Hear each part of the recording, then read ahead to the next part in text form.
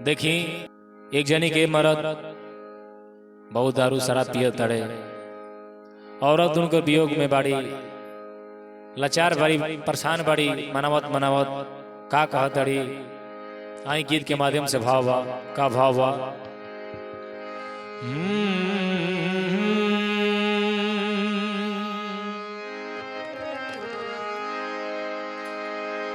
और कि तोहरे किरिए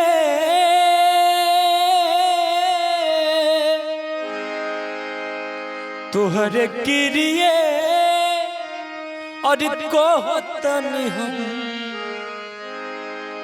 और तोहरे किरिए और कहतनी हम, ए राजा कहियो माहौर खाके और मर जाइब, और पियल न छोड़बा त कुछ कर जाइब। अरे भैया तोहरे किरिए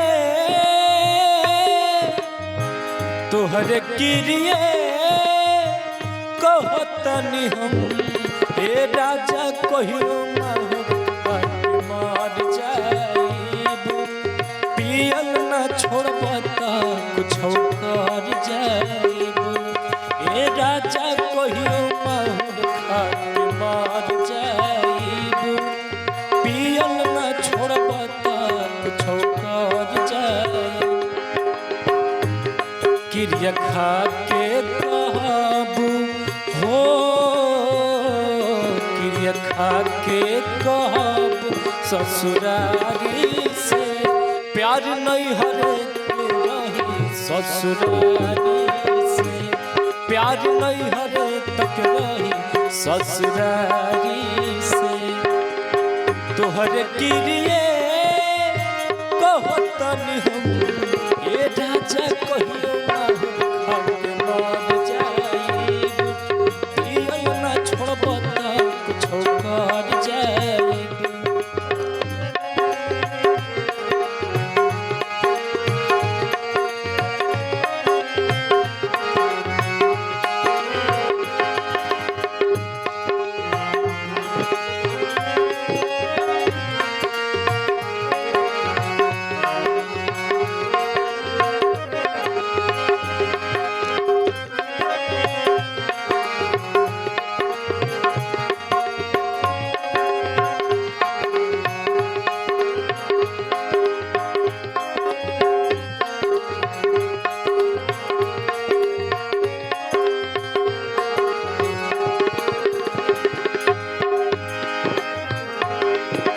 और देखिए क्या कहा तड़ी। बड़ा दिन सहनी अब नहीं सह, अब तनी पिके रोज अम्मा जिसको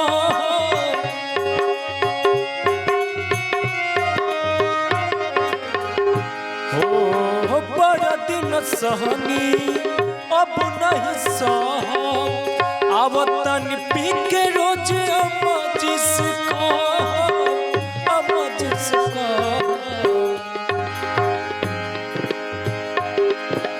और क्या कहते रही, रहा न रही ए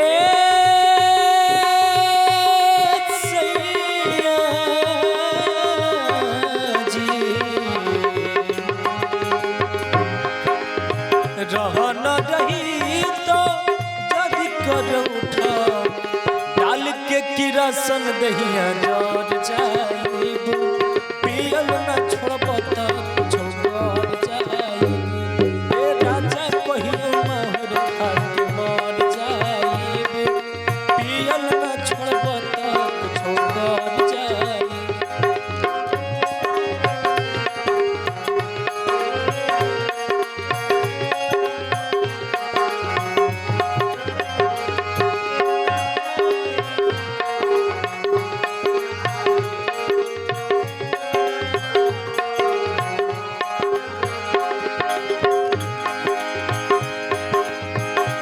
और देखिए लास्ट भाव में का कहत रही हो मौज उठाइब जदी अब नहीं रोकी रही न कुकुर तो केहू न भोगी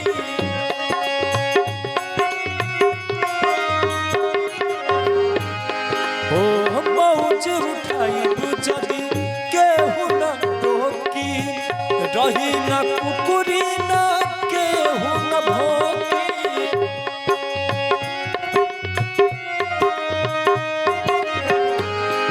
रही न कुकुरी न केहू न भोगी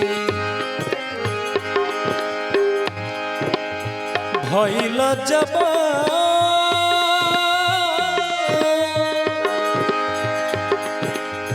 भइल बन कुफत तो ए राजा जी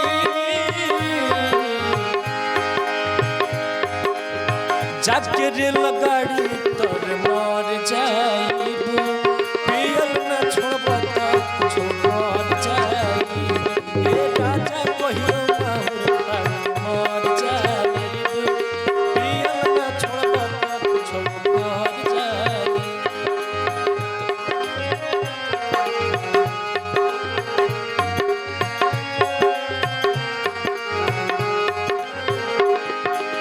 तोहर किरिए कहतन ए राजा कहियो के मर जाइब पियल न छोड़ब त कुछ मर जाइब ए राजा कहियो के मर जाइब पियल न छोड़ब त कुछ मर जाइब ए राजा कहियो के मर जाइब पियल न छोड़ब त कुछ